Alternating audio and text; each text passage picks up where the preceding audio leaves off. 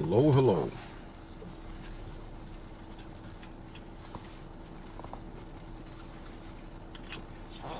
Let's see who we have out here in the internet space.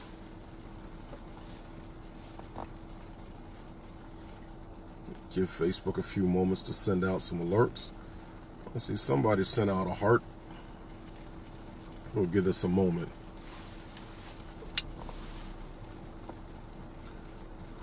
On this Saturday, I guess it's past noon now, Eastern time, on this Saturday afternoon, which is July 21st. We'll see who is out there. Who wants to have a conversation? Give me a thumbs up. Let me know who you are, where you're from, if you're listening in. And we'll get started here in just a moment. Talking about some real stuff. So, just to kind of set this off, I am Christopher Harris, Executive Director of Unhyphenated America.org. And if you're watching this, you probably are aware of us, or if you're not, let me give you a real quick overview of who and what we are. Unhyphenated America is an organization that believes that America is best when it's unhyphenated. That if you believe in, if you understand, if you embrace the principles of life, liberty, and the pursuit of happiness, then you're an American. And if there's no need for any prefix or suffix, you're just an American. So I see David. How you doing, David? And Margie, thank you for listening in. So yeah, that's what Unhyphenated America is about. And so when you see me doing TV appearances, whether it's on CNN or Fox or Turkish radio or television, or if you hear me doing radio interviews, I'm always going to circle back to those simple truths about America. And that is, quite frankly, what makes America great. And I mean, that's the gist of what this talk is about, is that I see these videos all the time, or these interviews from leftists, Marxist-minded individuals, many of them people who have never set foot outside of the United States. So, like my wife and I, we had our wedding, a destination wedding overseas, right? And while we were traveling from the airport to our resort where we were having our wedding, I noticed that there were people working on the sides of the road, and they were clearing brush from the sides of the road. And by the way, Johnny, Paul, Michael, new people coming in, thank you for listening, and Scott. So, thank you. Indianapolis. Been to Indianapolis, great town. Yeah, so we traveled and we had our wedding as a destination wedding years ago, of course. And one of the things I took note of is how the people who were clearing brush from the side of the road were doing it with machetes. They literally had guys out there just all day. This is what they're doing, swinging a machete, clearing the brush from the side of the highway. And granted, you know, this is going to grow back soon. So it's like, I'm sitting there wondering, how effective and efficient are they at doing things like that? And I remember I was telling my wife, I said, you know, they're probably paying these guys, you know, the equivalent of, you know, I don't know, $1 a day, whatever the exchange rate might have been.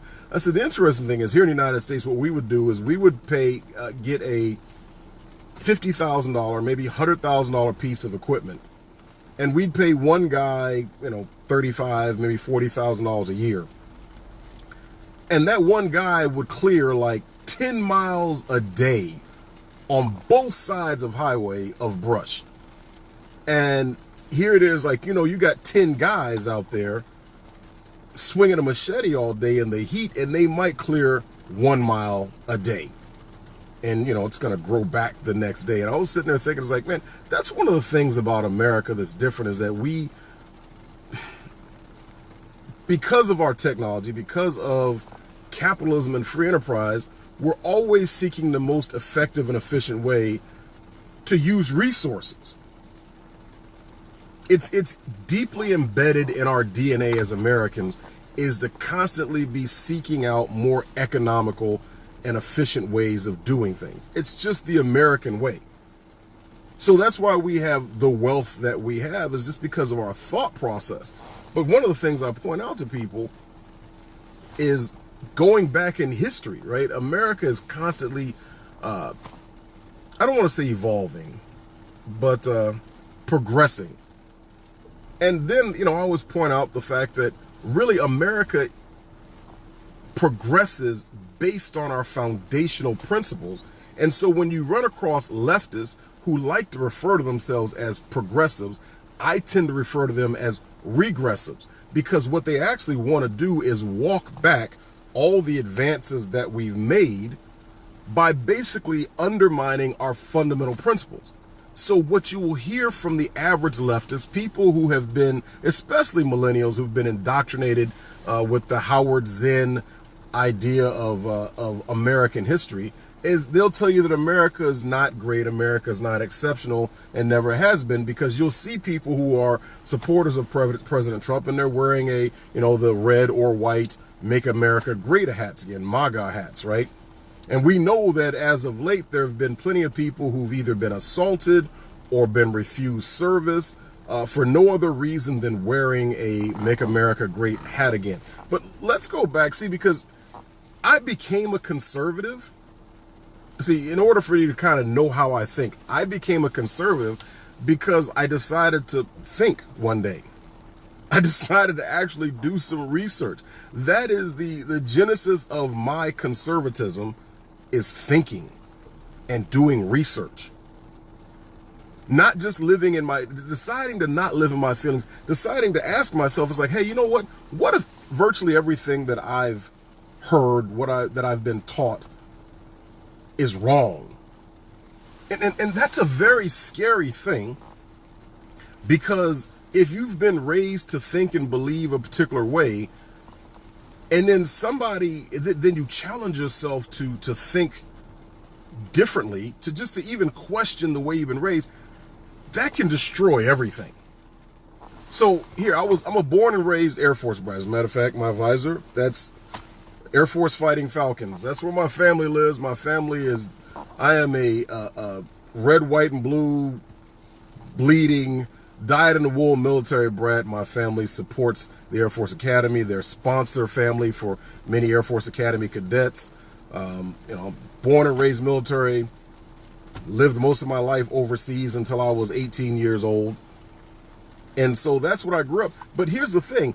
When I came back stateside, I was introduced to black Marxism.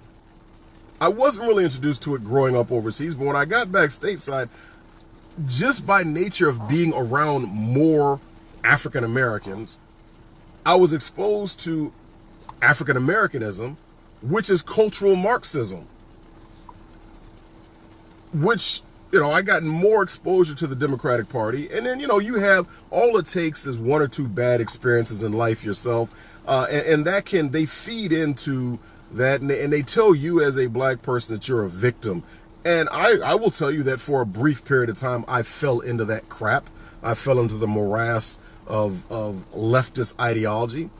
And listen, when I was old enough to vote, I did my black civic duty, and I voted Democrat. And from the age of 18 to the age of 28, I voted a straight Democrat ticket. I may have cast a ballot. I don't think I ever voted for Republican prior to age 28. I may have voted against one or two initiatives that Democrats promoted in Colorado, but otherwise I voted a straight Democrat ticket because I was young and dumb. I mean, it is what it is. I was young and dumb, and that's how I know when I hear people talk. I'm like, you talk like I used to talk, which means you're young and dumb, or worse, you're old and dumb, which is really bad, because ain't no fool like an old fool. But anyway, the genesis of me becoming a conservative, as deeply conservative as I am, is that I was angry at the results of the 2000 presidential election, and I was like, how did that dirty George Bush win? What is this whole electoral college thing? Keep in mind, I was educated, or I shouldn't say I was educated. I was told about the Electoral College in school, and just like everyone else, I studied it just enough to be able to regurgitate it on a test, and I flushed all that because it wasn't really relevant to me.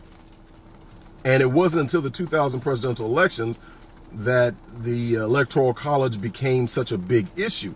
And so my intellectual curiosity was piqued, and what I did is I said, well, let me go and look at this thing.